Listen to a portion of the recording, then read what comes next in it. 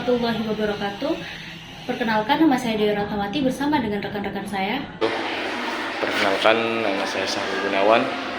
Baik, izin memperkenalkan diri, nama saya Rana Azharuliza. Izin memperkenalkan diri, nama saya Cynthia Marisa. Perkenalkan, nama saya Ramzan Sani. Di sini saya sebagai moderator dan juga pemateri ketiga yang akan memandu berlangsungnya presentasi kali ini. Jadi, presentasi pada kali ini yaitu topiknya adalah Islam is the way of life. Nah, tanpa berlama-lama lagi, yuk simak materinya. Pemateri pertama dipersilahkan.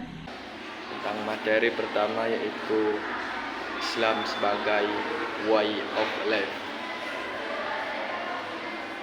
Wa anna hada siratul mustaqima fattabi'uhu wa la tattabi'us subula fatafarraqa bikum an sabilihi dzalikum wasaqum bihi la'allakum tattaqun. Itu dalil tentang way of life. Pengertiannya yaitu way of life. Islam adalah jalan hidup yang diturunkan Allah Subhanahu wa taala.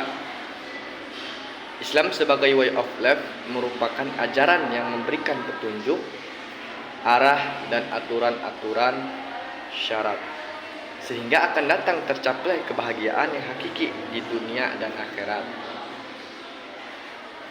Ada beberapa aspek dalam Islam yaitu pertama tentang akidah. Apa itu akidah? Akidah ialah pokok atau dasar keyakinan yang harus dipegang oleh orang yang mempercayainya. Intinya akidah itu adalah kepercayaan masing-masing. Islam juga merupakan agama yang sangat menjunjung tinggi perdamaian. Itu dengan materi yang berjudul Hakikat Manusia pada Pandangan Islam. Hakikat manusia dalam konsep Islam adalah makhluk yang diciptakan oleh Allah Subhanahu wa taala, memiliki berbagai potensi untuk tumbuh berkembang menuju kepada kesempurnaan.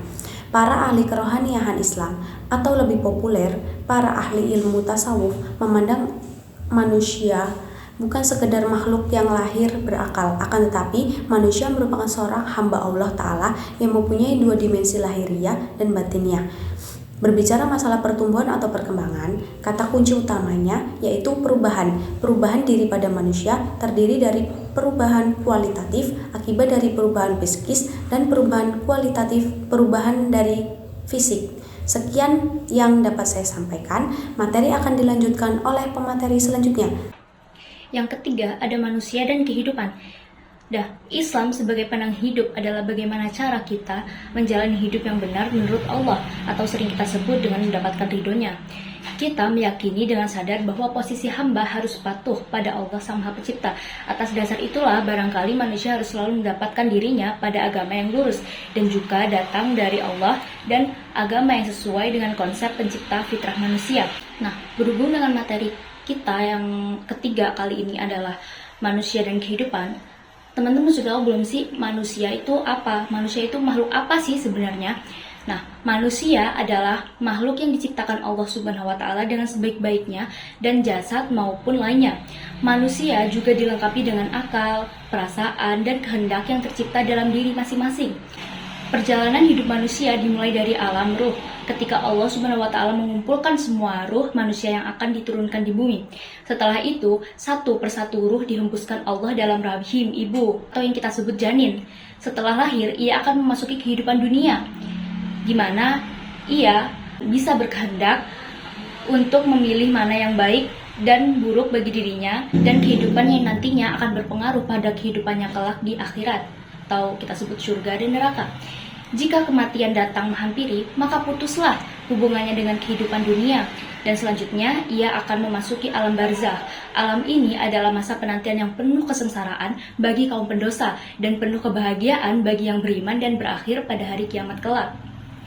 Quran Surat Al-Mu'minun ayat 19 sampai ayat 100 yang artinya, demikianlah keadaan orang-orang kafir itu, sehingga apabila datang kematian kepada seseorang dari mereka, dia berkata, ya Tuhanku, kembalikanlah aku ke dunia, agar aku berbuat amal yang soleh terhadap yang telah aku tinggalkan. Sekali-kali tidak, sesungguhnya itu adalah perkataan yang diucapkannya saja, dan di hadapan mereka ada pemisah sampai hari mereka dibangkitkan. Mengingat pengertian Islam sebagai rahmatan lil alamin di atas, maka tujuan hidup baik sebagai individu maupun sebagai kelompok warga masyarakat, warga negara dan warga dunia sekalipun adalah merealisasikan kebenaran ajaran Allah Subhanahu wa taala dalam kehidupan pribadi dan bermasyarakat di seluruh aspek kehidupan. Bagi setiap muslim, tujuan dalam aspek apapun tidak akan terlepas dari tujuan umum hidup manusia yang ditimba dari pedoman hidupnya, itu Al-Quran dan Sunnah Rasulullah SAW. Secara individual, dengan hidup secara Islam, maka seseorang akan memiliki pribadi yang istiqomah.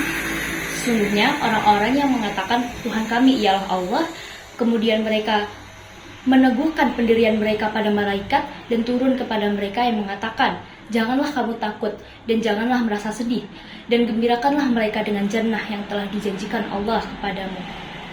Sekian yang dapat saya sampaikan, materi akan dilanjutkan oleh pemateri selanjutnya. Di sini saya akan menyampaikan materi iman dan pengaruhnya dalam kehidupan. Iman secara etimologi berarti percaya dan membenarkan, sedangkan menurut teknologi berarti membenarkan dengan hati dan diucap dengan lisan dan diamalkan dengan perbuatan. Dengan demikian, iman juga sangat berpengaruh pada kehidupan manusia, di mana iman bertujuan untuk meluruskan kepribadian seseorang dan membersihkan dirinya dari kecenderungan pada sifat keji. Iman juga menjadi rasa terkuat yang membuat seseorang untuk menjauhi berbagai perilaku kejahatan dan juga hal-hal terlarang. Sekian yang dapat saya sampaikan, saya lanjut ke materi selanjutnya. Saya akan mempresentasikan tentang materi tauhid dan urgensinya bagi kehidupan muslim dan konsep akidah dalam Islam. Tauhid dan urgensinya bagi kehidupan muslim. Dalam konsep Islam, tauhid adalah konsep dalam akidah Islam yang menyatakan keesaan Allah Subhanahu wa taala. Tauhid merupakan landasan dari seluruh aspek kehidupan manusia secara pribadi dan kekeluargaan, masyarakat dan berbangsa, baik dari masalah kegiatan ekonomi dan lain-lain. Maka orang yang ingin menegakkan keadilan dan menunaikan hak kepada pemiliknya sudah memastikan menjadikan tauhid sebagai ruh perjuangan mereka. Tauhid adalah sebab kemenangan di dunia dan akhirat. Hal ini karena tauhid merupakan sesuatu yang paling penting dari segala yang penting dan merupakan penentu keselamatan di dunia dan kebahagiaan di akhirat kelak dengan balasan kenikmatan surga. Akidah dalam Islam. Akidah adalah sebuah keimanan atau keyakinan yang pasti tanpa ada keraguan sama sekali kepada masalah-masalah gaib dan dasar-dasar ajaran Islam yang diberitakan oleh ayat-ayat Al-Quran dan hadis-hadis sahih. Akidah Islam tercermin dalam rukun Islam, yakni iman kepada Allah, malaikat, rasul, kitab, hari akhir, qada dan qadar.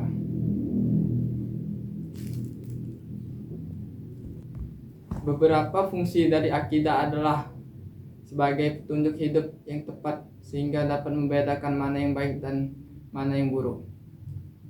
Melindungi diri agar tidak terjerumus pada jalan yang sesat.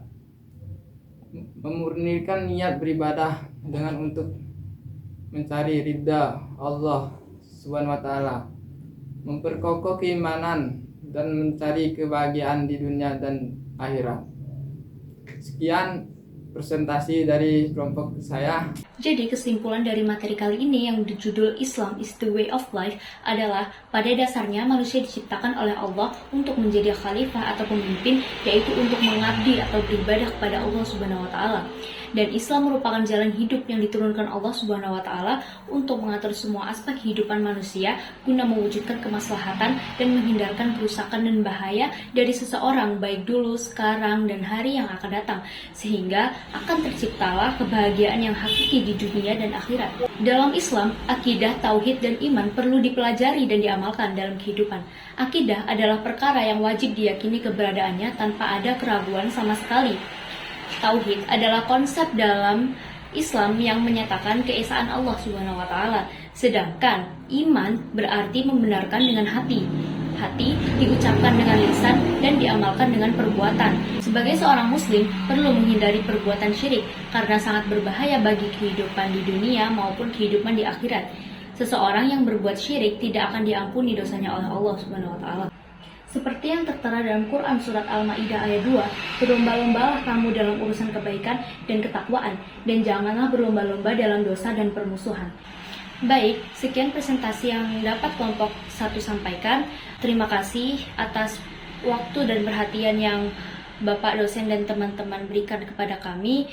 Kami mohon maaf apabila salah kata atau lain hal. Kepada Allah kami mohon ampun. Kami akhiri, wassalamualaikum warahmatullahi wabarakatuh.